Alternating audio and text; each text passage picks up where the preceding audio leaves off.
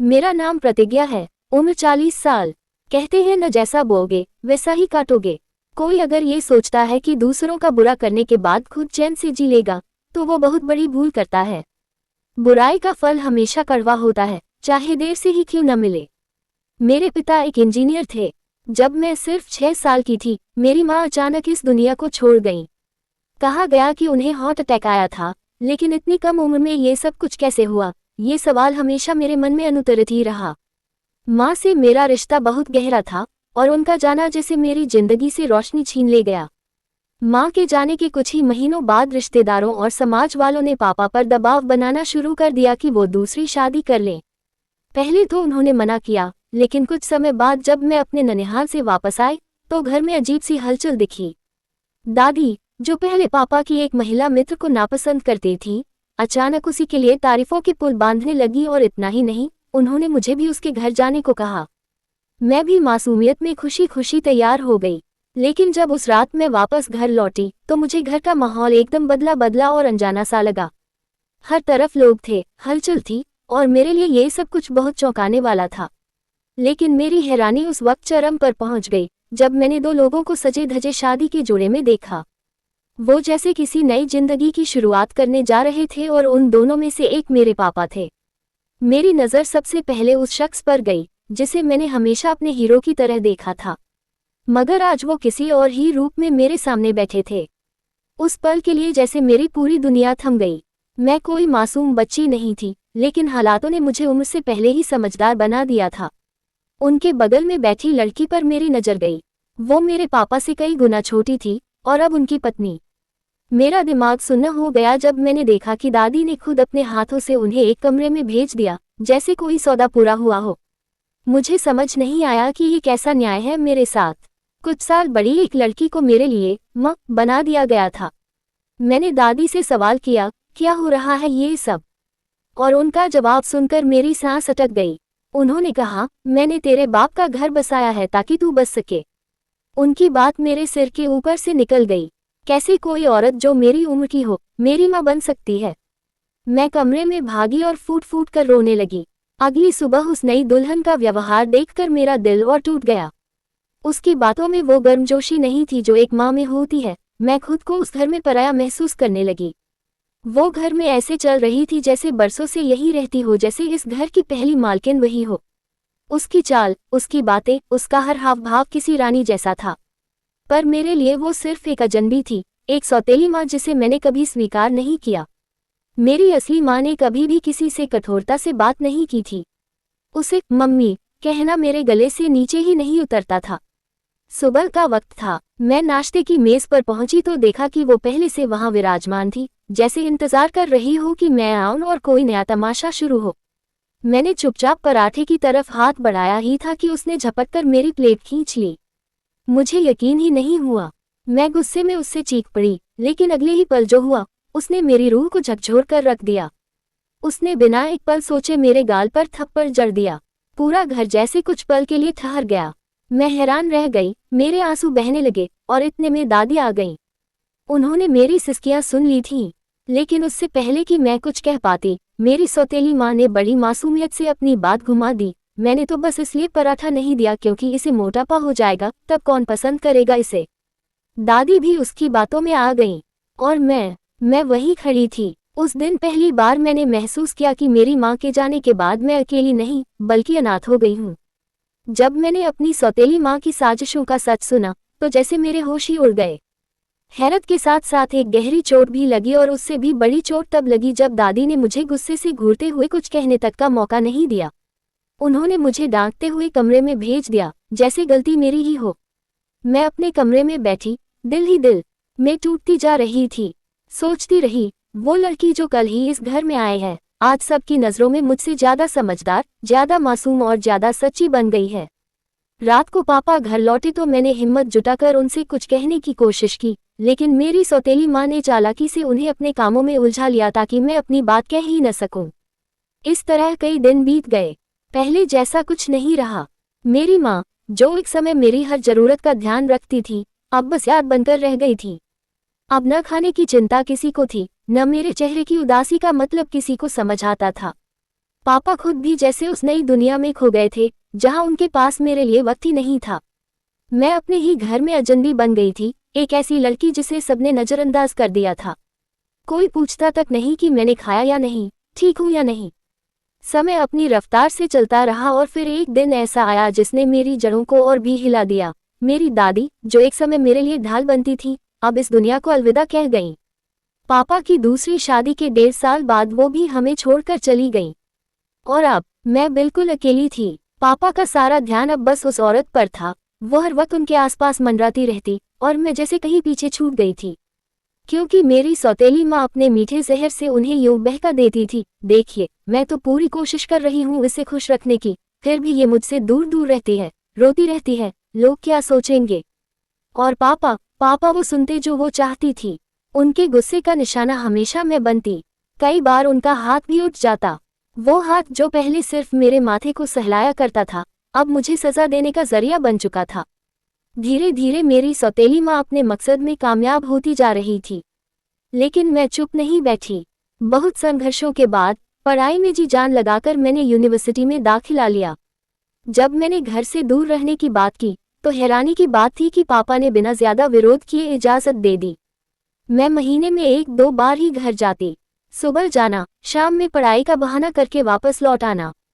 मेरी सौतेली माँ इस बात पर भी हंगामा करती, अपनी शिकायतों की झड़ी लगा देती, लेकिन इस बार पापा चुप रहते और मुझे रोकते भी नहीं थे। एक दिन यूं ही मन हुआ कि घर जाया जाए, बहुत वक्त हो गया था। तय किया कि बस एक रात रुकूंगी। घर लौटने पर सब कुछ वैसा ही था, लेकिन दिल में अजीब सी बेचैनी थी। रात ढल चुकी थी और कमरे में घुटन सी महसूस होने लगी, तो मैं बाहर आंगन में आ गई। तभी मेरी नज़र पापा के कमरे की ओर गई। 3 कमरे छोड़कर वो कमरा जहां अब मैं मेहमान जैसी महसूस करती थी। हैरानी तब हुई जब देखा कि उस कमरे की लाइट जली हुई है, जबकि पापा को अंधेरे में सोने की आदत थी। मतलब वो अब भी जाग रहे हैं। दिल ने चाहा कि चलकर उनके पास कुछ पल बैठूं, शायद पहले की तरह एक बार फिर उनसे बातें कर सकूं। धीरे से कदम बढ़ाए और कमरे के पास पहुंची। दरवाजा थोड़ा खुला था, अंदर से रोशनी छनकर बाहर आ रही थी। मैंने हौले से झांका और देखा पापा किताब पढ़ रहे थे और उनकी पत्नी, मेरी सौतेली माँ, पास बैठकर उनसे बातें कर रही थी। जैसे ही मैं अंदर जाने को हुई, उनके शब्द मेरे कानों तक पहुंचे और मुझे जैसे किसी ने जिंदा जलाकर राख कर दिया हो। आप उसे घर बुला लिया करें, मेरी सौतेली माँ ने कहा। इतने दिन से हॉस्टल में है, क्या जरूरत है अलग रखने की। और पापा, जिनकी एक झलक के लिए मैं तरसती रही, जिनसे 2 पल की बात करने का सपना लेकर आई थी, उन्होंने हंसते हुए जवाब दिया, बिल्कुल अपनी माँ पर गई है, जिद्दी और झूठी। उसे वही रहने दो, जैसे तैसे अपना काम खुद ही करे। अब तो मैं अगले महीने से पैसे भी नहीं भेजूंगा। तब समझ में आएगा कि जिंदगी क्या होती है। घर आएगी तो फिर कोई न कोई झगड़ा शुरू हो जाएगा। मेरे कदम दरवाजे पर ही जड़ हो गए।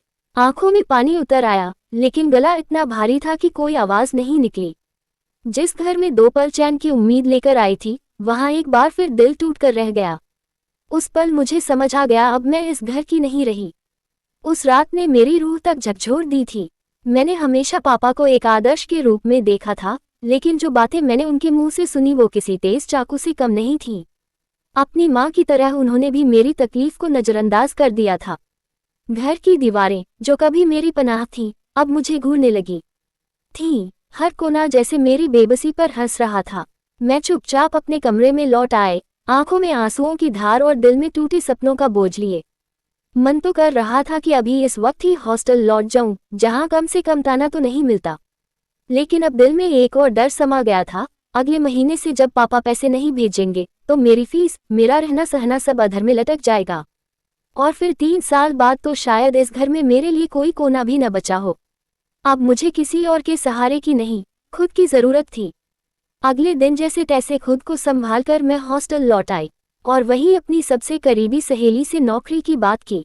उसने मेरा दर्द सुना और कुछ ही दिनों में मुझे एक अच्छी जगह पर काम दिलवा दिया। सैलरी इतनी थी कि पढ़ाई की फीस और रोजमर्रा का खर्चा आसानी से निकलने लगा। पर मन में एक बात बार बार कौंध रही थी, हॉस्टल का समय खत्म होने वाला है, फिर कहाँ जाऊंगी। पूरी जिंदगी तो यूं किराए की छतों के नीचे नहीं गुजार सकती। तब मैंने एक छोटा सा रास्ता चुना। शाम को अपनी पढ़ाई खत्म करने के बाद 2-3 बच्चों को ट्यूशन पढ़ाना शुरू कर दिया। वक्त का पहिया चल रहा था और मैं उसमें खुद को धीरे धीरे मजबूत होते देख रही थी। एक दिन कुछ ऐसा हुआ जिसने मुझे हैरान भी किया और दिल को एक नई उम्मीद से भी भर दिया। मेरे पास अचानक से कई नए स्टूडेंट्स ट्यूशन के लिए आने लगे। वो मेरे पढ़ाने के तरीके से इतने प्रभावित थे कि खुद आगे बढ़कर मुझे पढ़ाने की रिक्वेस्ट करने लगे। इन्हीं बच्चों में मेरी अपनी क्लास का एक लड़का भी था। पहले तो मुझे लगा वो बस एक अच्छा स्टूडेंट है, फिर धीरे धीरे वो मेरी फिक्र करने लगा। ये सब मुझे दोस्ती जैसा ही लगा। 4 महीने कैसे बीत गए पता ही नहीं चला। इस बीच पापा ने भी अपना वादा निभा दिया, पैसे भेजना पूरी तरह बंद कर दिया। लेकिन अब मैं खुद के पैरों पर खड़ी हो रही थी और इस लड़के का साथ मेरी हिम्मत बढ़ा रहा था। एक शाम जब हम पढ़ाई खत्म कर चुके थे, उसने अचानक कहा, मैं तुमसे कुछ कहना चाहता हूँ। उसकी आवाज़ गंभीर थी। मैं तुमसे शादी करना चाहता हूँ, उसने कहा। मेरा दिल एक पल के लिए रुक गया। मैं कुछ बोल ही नहीं पाई। उसके बाद उसने जो बताया, उसके पापा का सालों पहले एक्सीडेंट में मौत हो गई और तब से किसी ने उसके परिवार की कोई सुध नहीं ली। वह अपनी माँ, एक बहन और भाई के साथ रहता था। रिश्तेदारी से जैसे नाता ही टूट चुका था। मैंने भी उसे अपने जीवन की पूरी सच्चाई बता दी, लेकिन उसके चेहरे पर कोई झिझक नहीं थी, सिर्फ एक दृढ़ता थी। हम दोनों ने जिंदगी के थपेड़े झेले हैं, अब वक्त है कि हम खुद के लिए कुछ अच्छा करें। बस एक बार अपने घरवालों से बात कर लो, फिर हम साथ आगे बढ़ेंगे। मैं भी सोच चुकी थी कि यह बात अब छिपाने की नहीं, बताने की है। अगले ही हफ्ते मैं हिम्मत जुटाकर घर पहुंची।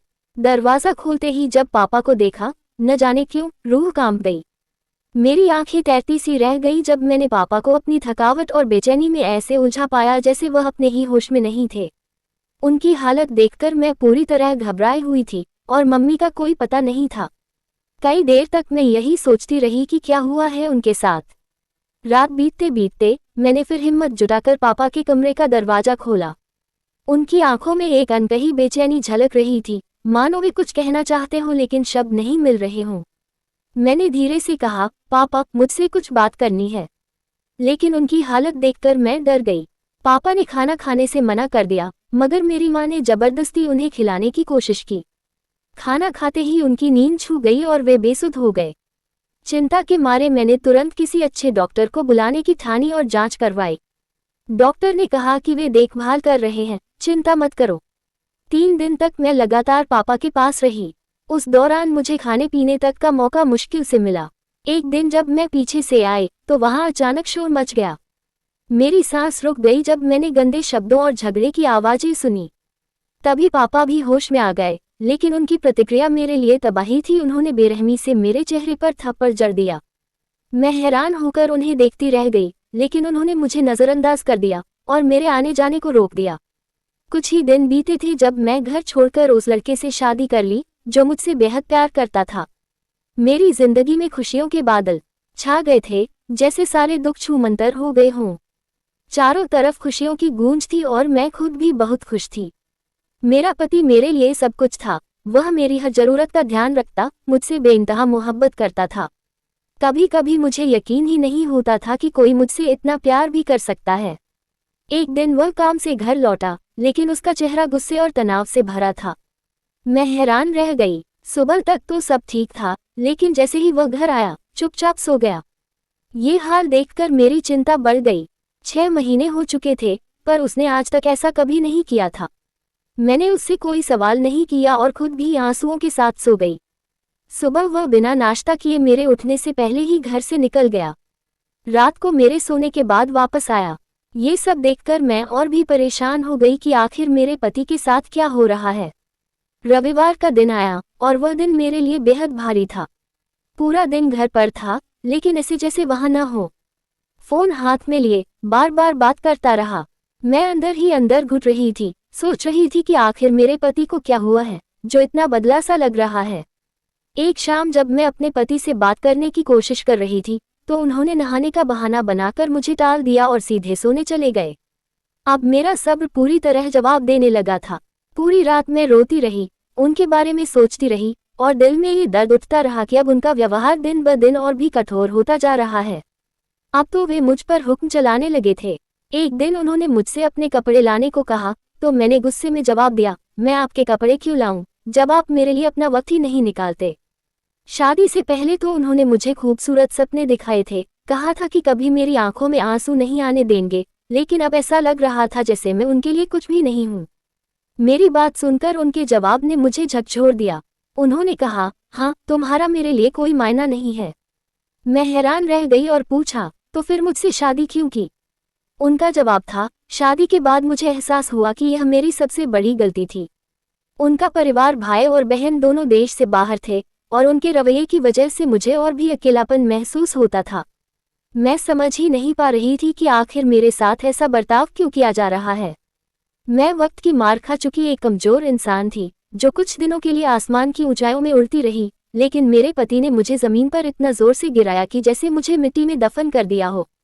जब हालात और बिगड़ने लगे तो मेरे पति का हाथ मुझ पर उठने लगा। छोटी छोटी बातों पर वे मुझे मारते और मैं चुपचाप अपना दोष ढूंढती रहती। मैंने तो घर छोड़कर शादी की थी, तो शिकायत भी किससे करती? आखिर मैंने खुद ही अपनी खुशियों पर पहरा लगा लिया था। जो इंसान पहले सपने दिखाता था, वही अब मेरी जिंदगी और मौत का जिम्मेदार बन गया था।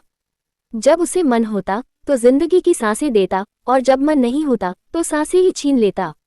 जब अपनों से मोहब्बत, प्यार और सम्मान नहीं मिलता तो इंसान बाहर उन चीजों की तलाश करता है, लेकिन कई बार वह गलत राह पकड़कर अपनी जिंदगी ही बर्बाद कर बैठता है।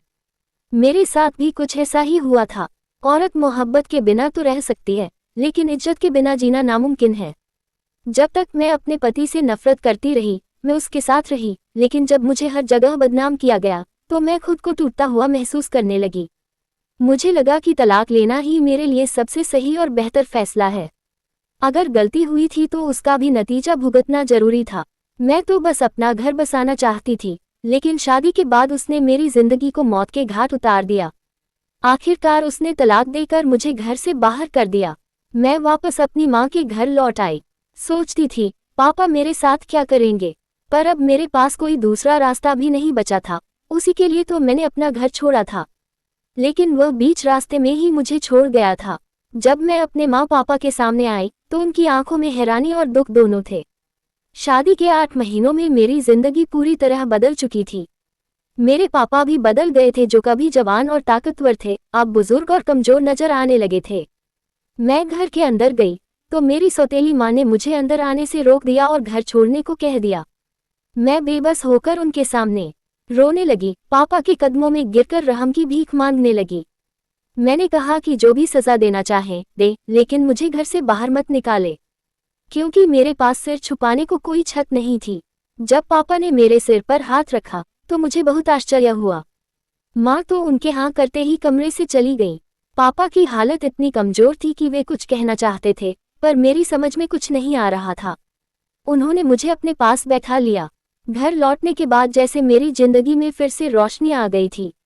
लेकिन उस घर में मेरा एक दिन भी पूरा नहीं हुआ था कि अगली सुबह एक भयानक तूफान आ गया। जैसे मेरे सारे सपने धड़ाम से टूट गए हों, मेरी दुनिया ही उजड़ गई हो। मेरी आंखों पर यकीन नहीं हो रहा था कि जो मैं देख रही हूँ वह सच है या कोई बुरा सपना। मेरे सामने पापा की लाश पड़ी थी और वही मेरी सौतेली माँ जोर जोर से रो रही थी। माँ के जाने के बाद, चाहे पापा अच्छे थे या बुरे, मैंने कभी यह नहीं सोचा था कि मुझे उन्हें इस तरह खोना पड़ेगा। मैं बेसुध होकर पापा के पास गई और उनसे लिपटकर आंसू बहाने लगी।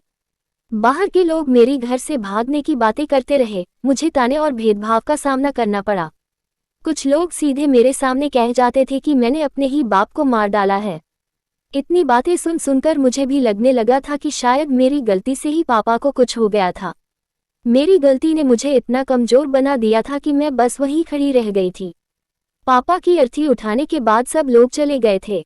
मेरी माँ सबके सामने ऐसे आंसू बहा रही थी जैसे वो सबसे ज्यादा पापा से मोहब्बत करती हो। मैं अपने ही घर में रहने लगी थी। माँ छोटी छोटी बातों पर ताने देती, कभी मुझे भगोड़ा कहती तो कभी अपने ही पापा को मारने वाली जैसी बातें। बहुत रोना आता था, पर अब क्या कर सकती थी।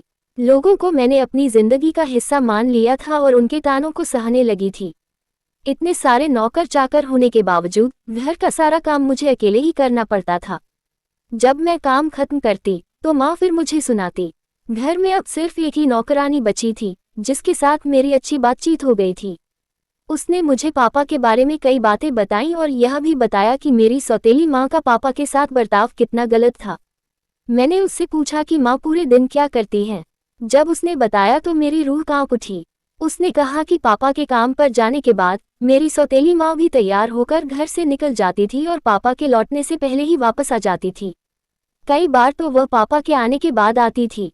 ये सुनकर मुझे बड़ा शक हुआ कि आखिर वह कहाँ जाती होगी। कुछ दिन बाद मैं उनके पीछे पीछे चुपके से निकल पड़ी। मैंने देखा कि मेरी सौतेली माँ किसी सुनसान जगह पर रुकी। मेरा दिल दहल गया जब मैंने देखा कि वह किसी से गले मिल रही थी। उस दृश्य ने मेरा मन भारी कर दिया। फिर मैंने अपने घर में वापस लौटते हुए महसूस किया कि मैं ही वह थी जो अपने घर को बचाने के लिए संघर्ष कर रही थी, जबकि वह औरत अपने पति के साथ भी अच्छा व्यवहार नहीं करती थी। एक दिन सुबह जब मैं किचन में गई तो वहां स्वादिष्ट पकवानों की भरमार थी। मैं हैरान रह गई कि ये सारे इंतजाम रात में किसके लिए किए गए थे। मुझे बहुत हैरानी हुई, लेकिन घर में नौकरानी के अलावा कोई ऐसा नहीं था जो मुझे सच बता सकता था। नौकरानी भी अक्सर अपनी माँ के कमरे में ही रहती थी, इसलिए मैंने थोड़ी देर इंतजार किया और फिर वापस अपने कमरे में चली गई।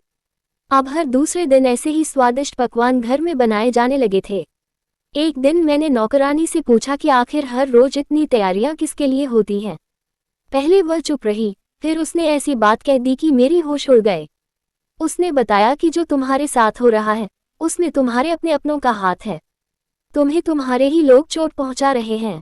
नौकरानी ने कहा कि तुम्हारे पति से तुम अलग क्यों हुई ये तुम नहीं जानती, लेकिन मैं जानती हूँ कि जो तुम्हारे साथ तुम्हारी माँ ने किया है उसके पीछे तुम्हारी सौतेली माँ का हाथ है। उसने मुझसे कहा, आज रात उसके कमरे में जाकर देखना, तुम्हें सब कुछ साफ हो जाएगा। मेरी सांसें थम सी गईं। रात का इंतजार सता रहा था और मेरा दिमाग उन सवालों से भरा था कि रात में क्या होगा। जैसे ही रात हुई मैं अपने कमरे में ही थी। माँ मुझे सोता देखकर किचन की ओर चली गई। मैंने सोने का नाटक किया, लेकिन किचन से खटपट की आवाजें आने लगी। मैंने धीरे से दरवाजा खोला और किचन में जाकर देखा कि माँ खाना बना रही थी। अचानक उन्होंने चारों तरफ नजरें दौड़ाई, फिर अपनी जेब से एक छोटी सी पुड़िया निकाली और उसमें से सफ़ेद पाउडर सारे खाने में मिला दिया। खाना तैयार कर माँ अपने कमरे में चली गई और मैं उनके पीछे पीछे कमरे में गई। जैसे ही मेरी नज़र सोफे पर पड़े कैमरे पर पड़ी, मेरा दिल धक धक करने लगा और मेरी दुनिया जैसे ध्वस्त हो गई, क्योंकि वहीं मेरा पति बड़ी आराम से बैठा था और मेरी माँ पूरी शान शौकत के साथ उसके साथ बातचीत में मशगूल थी, जैसे कोई नौकरानी अपने मालिक के सामने हो। मेरे पति ने एक एक करके हर मांग पूरी की। उनकी बातें सुनकर मैं दंग रह गई। ये देखकर मेरी सांसें थम सी गईं, जैसे मेरे पिता की तरह ही मेरा पति भी बेहोश होने लगा हो। मैं पूरी तरह हैरान रह गई। ये सब देखकर मैं चुपचाप अपने कमरे में चली आई। मुझे समझ ही नहीं आ रहा था कि आखिर मेरे पति का मेरी माँ के साथ क्या संबंध था। जो भी ख्याल मेरे मन में आ रहे थे उन्हें सोचकर तो मेरी रूह कांप उठती थी। मैंने बड़ी मुश्किल से वह रात बिताई। अगले दिन जब मेरी माँ बाहर जाने के लिए तैयार हो रही थी तो मैंने नौकरानी के साथ मिलकर एक योजना बनाई। मैंने तय किया कि मैं सौतेली माँ के कमरे की तलाशी लूंगी ताकि कोई सुराग मिल सके कि आखिर क्या चल रहा है। नौकरानी को बाहर खड़ा करके मैं अपनी सौतेली माँ के कमरे में गई और खोजबीन शुरू कर दी। बाहर सब कुछ नॉर्मल लग रहा था, लेकिन मैं घबराई नहीं। जल्दी से अलमारी खोली तो कोने में कुछ कागज बिखरे पड़े थे। मैं उन्हें पढ़ने लगी ही थी कि अचानक दरवाज़ा खुलने की आवाज़ सुनकर मेरी रूह कांप उठी। मैं डर के मारे कांपने लगी। सौतेली माँ वहीं थी। हमने ये राज अब तक किसी को नहीं बताया था। मैं जैसे ही पेपर छिपाने लगी तभी नौकरानी की आवाज़ सुनकर मेरा दिल संभला। मैंने देखा कि नौकरानी खुद भी डर गई है। उसकी हालत देखकर मुझे उस पर भी दया आ गई। मैं पेपर्स लेकर अपने कमरे में वापस आ गई और बाहर निकलने से पहले पूरे कमरे को साफ कर सबूतों को छुपा दिया। जब मैं कमरे में पहुंची और पेपर्स पढ़ना शुरू किया तो ऐसा लगा जैसे मेरी जमीन ही खिसक गई हो। ये सारे कागजात हमारे घर से जुड़े थे, लेकिन जब मैं आखिरी पेपर तक पहुंची तो मेरी सांसें थम सी गईं। वह पेपर मेरे तलाक से संबंधित थे। उसके नीचे एक और पेपर था जिसे पढ़कर मेरी धड़कनें रुक सी गईं। वो पेपर मेरी माँ और मेरे पति की शादी के दस्तावेज थे। साथ ही मेरे पिता का डेथ सर्टिफिकेट और पोस्टमार्टम रिपोर्ट भी वहां थी, जिसमें साफ लिखा था कि मेरे पिता की मौत भारी नशे की वजह से हुई थी। मैं कुछ सोच भी नहीं पा रही थी कि तभी मेरी माँ की आवाज़ सुनाई दी। मैं हैरान थी कि वह इतनी जल्दी कैसे लौट आई। फिर मेरी हैरानी और बढ़ गई जब देखा कि वह अपने तौर तरीकों से नौकरानी को गुनहगार ठहराकर खड़ा कर रही थी। उनकी बातें सुनकर मेरी समझ ही उड़ गई। वह नौकरानी से पूछ रही थी कि मेरे कमरे में कौन गया था और मेरी चीजें इधर उधर क्यों बिखरी हुई हैं। माँ की बातों को सुनकर मेरा दिल धक से रह गया। घर की नौकरानी, जो मेरी माँ की डांट सुन रही थी, मेरी तरफ देखने लगी। जैसे ही उसकी नज़र मुझ पर पड़ी, मेरी माँ ने भी मुझे घूरना शुरू कर दिया। उस डरावने माहौल में मैं चुप नहीं रह सकी और अपनी माँ पर बरस पड़ी। मैंने उनके सामने सारे कागज फेंक दिए और उन्हें बुरा भला कहा, साथ ही घर छोड़ने को कहा। लेकिन मेरी आंखें फटी की फटी रह गईं जब वह जोर जोर से हंसने लगी। वह कोई सामान्य औरत नहीं लग रही थी, बल्कि एक पागल जैसी दिखाई दे रही थी।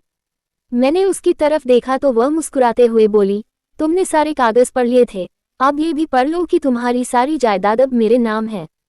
इसलिए तुम्हें नहीं, बल्कि तुम्हें इस घर छोड़कर जाना होगा। मेरे पैरों तले जमीन खिसक गई। मैं बिना कुछ सोचे समझे अपना सामान लेकर घर से निकल आई। थोड़ी दूर जाकर मुझे एक पुराना वृद्ध आश्रम दिखा, जहाँ कई औरतें रहती थीं। उन्होंने मुझे अकेला देखकर अपने साथ रहने का न्योता दिया। वहीं से मेरा ठिकाना बन गया, क्योंकि और कहीं जाने का कोई रास्ता नहीं था। कई साल तक मैं वहीं रही, ये समझे बिना कि मेरे पति और सौतेली माँ के बीच क्या कुछ चल रहा है। एक दिन उस आश्रम में एक अमीर महिला आई, जो अक्सर वहां आया करती थी। उसकी नज़र मुझ पर पड़ी और उसने मेरी कहानी जानने की कोशिश की। आखिरकार वह मुझे अपने साथ ले गई।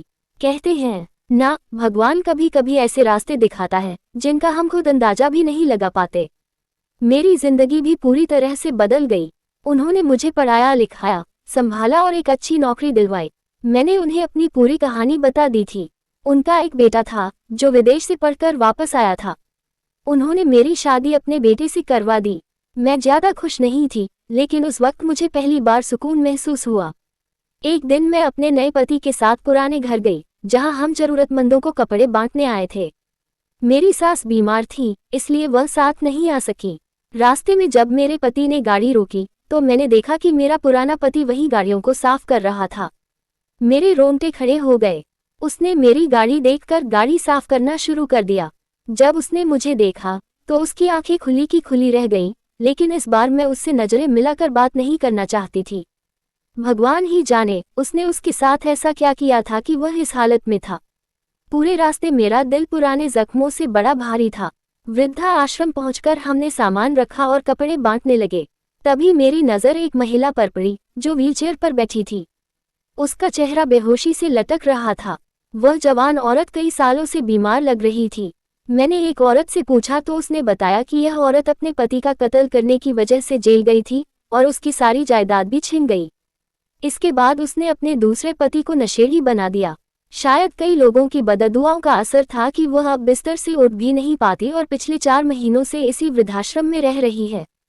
मेरी आंखों में आंसू छलक पड़े, क्योंकि वह औरत कोई और नहीं, मेरी ही सौतेली माँ थी। भगवान के न्याय पर मेरा दिल भारी हो उठा कि कैसे कैसे फैसले होते हैं। दोस्तों, उम्मीद है आपको हमारी कहानी पसंद आई होगी। अगर पसंद आई हो तो वीडियो को लाइक करें, चैनल को सब्सक्राइब करें और नोटिफिकेशन बेल दबाना न भूलें ताकि अगली अपडेट सबसे पहले आपको मिले।